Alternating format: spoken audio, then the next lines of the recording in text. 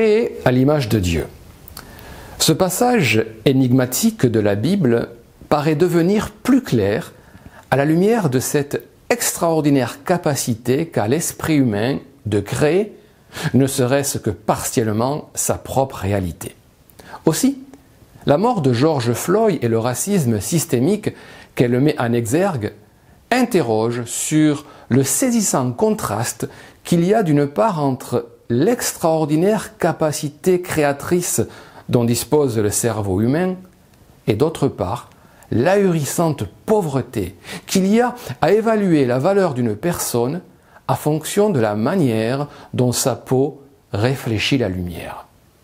Il y a tant de manières de percevoir l'autre et je voudrais en proposer 3 tirées de la Bible.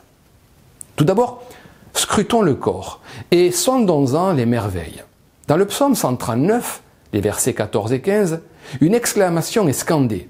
« Je te loue de ce que je suis une créature si merveilleuse. Tes œuvres sont admirables, et mon âme le reconnaît bien.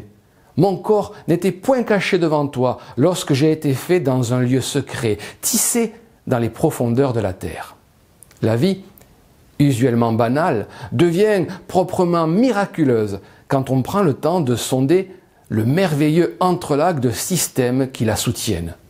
Du système immunitaire au système nerveux, capable d'animer une ballerine du lac des cygnes, nos performances ont de quoi décrocher la mâchoire. Pourquoi ne pas percevoir, même ponctuellement, le corps de l'autre comme la prouesse technologique qu'il est?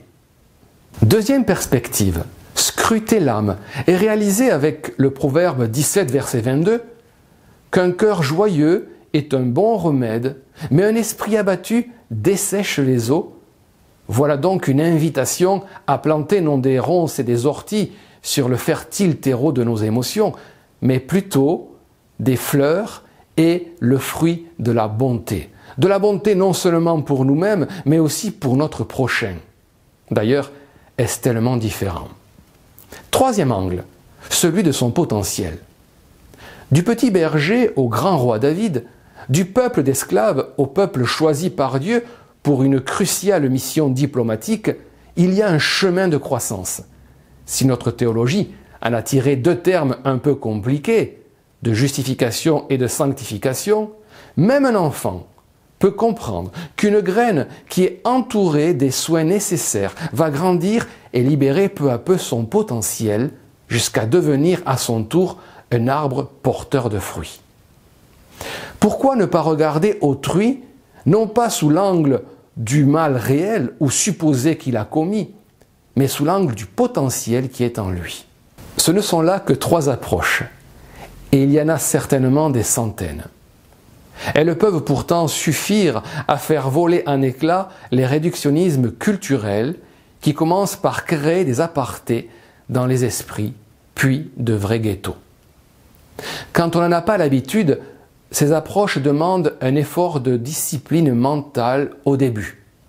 Mais quand les cloisons de nos préjugés tombent et que l'on commence à percevoir toute la richesse qui peut résider en autrui, alors le mépris disparaît au profit de la curiosité. La haine fait la place à la tolérance, la peur à l'ouverture.